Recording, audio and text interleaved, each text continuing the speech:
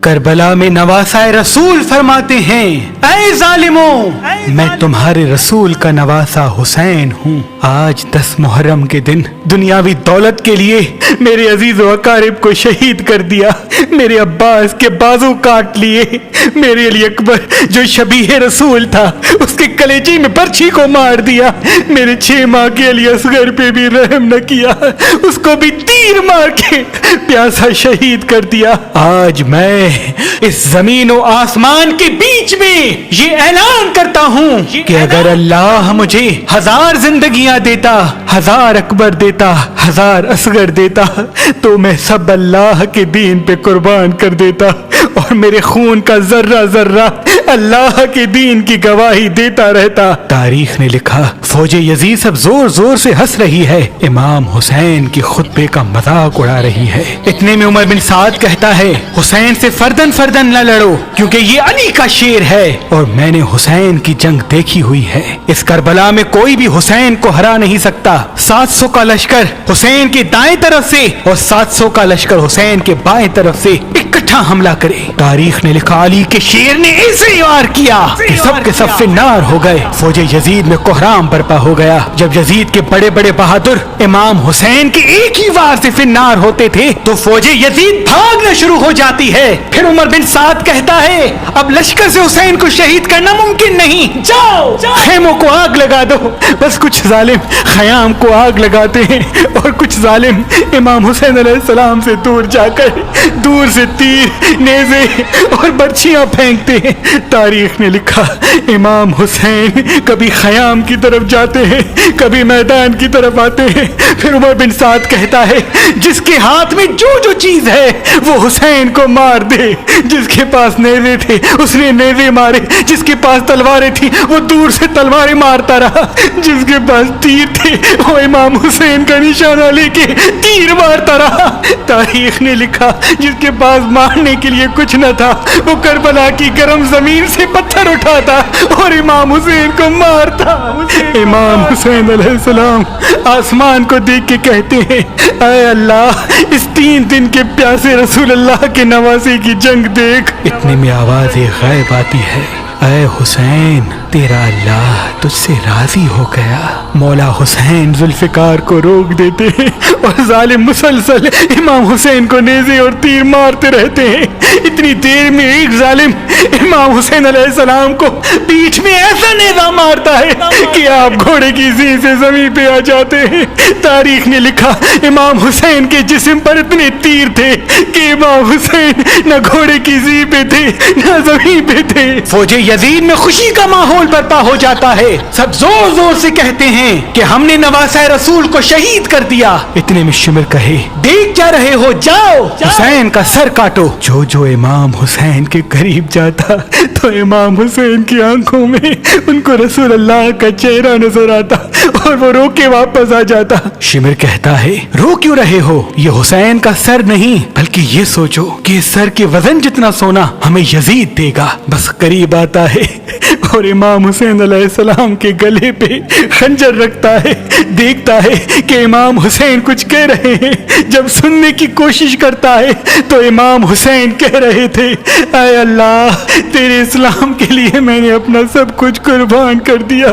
شمر ہنستا ہنستا امام حسین کی گردن کو کاٹتا ہے اور امام حسین کے سر سے امامہ اتار کے امام حسین کے بالوں سے پکڑ کر امام حسین کے سر کو نیزے پہ سوار کرتا ہے۔ فوج یزید جھومتی جاتی ہے، اہل بیت کے خیام جل رہے تھے، آل رسول زمین پہ بیٹھ کے رو رہی تھی۔ اتنے میں آواز آتی ہے، جاؤ لوٹو۔ سنا ہے کہ رسول اللہ کے خاندان کے پاس کئی قیمتی سامان ہیں، بس خیام میں فوج آ جاتی ہے۔ کوئی رسول اللہ کا امامہ لے کے جاتا ہے، کوئی مولا علی کی تلوار لے کے جاتا ہے، کوئی بیبیوں کے سروں سے چادریں چھین لیتا ہے، کوئی بی بی سکینہ کے کانوں سے بالیاں کھینچ لیتا ہے۔ اتنے میں آسمان رونے لگا، زمین تڑپنے لگی۔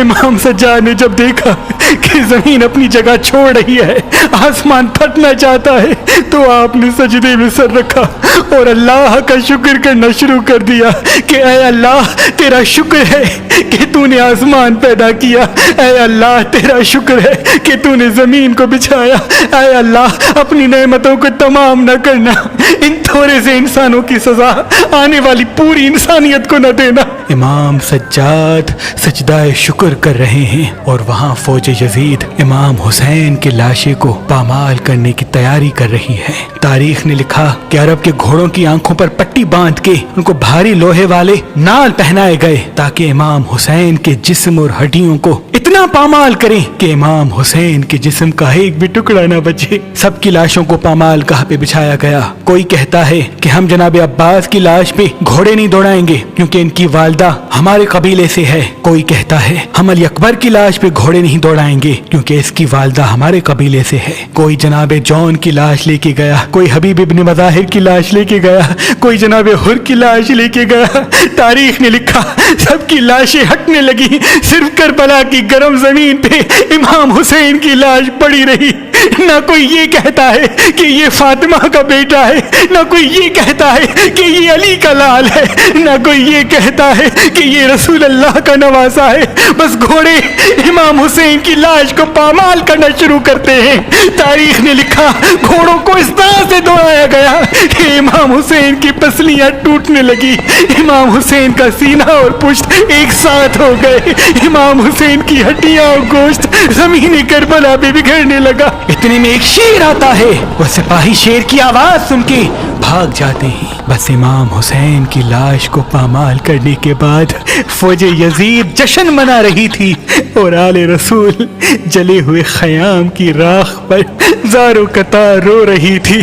بی بی زینب کبھی عباس کو یاد کر کے روتی ہے، کبھی اکبر کو یاد کر کے روتی ہے، کبھی معصوم علی اصغر کو یاد کر کے روتی ہے، تو کبھی دور سے اپنے بھائی کے جسم کے ٹکڑوں کو دیکھ کے اپنے نانا رسول اللہ کو کہتی ہے یا رسول اللہ آپ کی امت نے اس حسین کے جسم کو پامال کر دیا جس کو آپ کندھوں پہ اٹھا کے کہتے تھے کہ یہ جنت کا سردار ہے، یہ مجھ سے ہے، میں اس سے ہوں۔ مہربان شادی دفتر ہیں جس میں باہر کی کنٹری کے بھی، باہر کے ممالک کے بھی لڑکیاں لڑکوں کے رشتے، تمام اچھے رشتے، پڑھی لکھی لڑکیاں پڑھے لکھے لڑکے، جس کو بھی اچھا رشتہ چاہیے ہو لڑکے کا لڑکی کا، وہ مہربان شادی دفتر سے رابطہ کریں، انشاءاللہ مالک اچھا کریں گے۔ آج ہی مہربان شادی.com پہ آئیں اور اپنا فارم فل کر کے اپنے لیے ایک اچھا نیک رشتہ حاصل کریں، یا ہماری اپلیکیشن مہربان شادی جو گوگل پلے اسٹور پہ موجود ہے ان کو ڈاؤن لوڈ کر کے ان پہ بھی اپنا فارم فل کر کے اپنے لیے اچھا رشتہ حاصل کر سکتے ہیں۔ مزید معلومات کے لیے ہمارے نمبر پہ کال بھی کر سکتے ہیں۔ اللہ آپ کو سلامت رکھے۔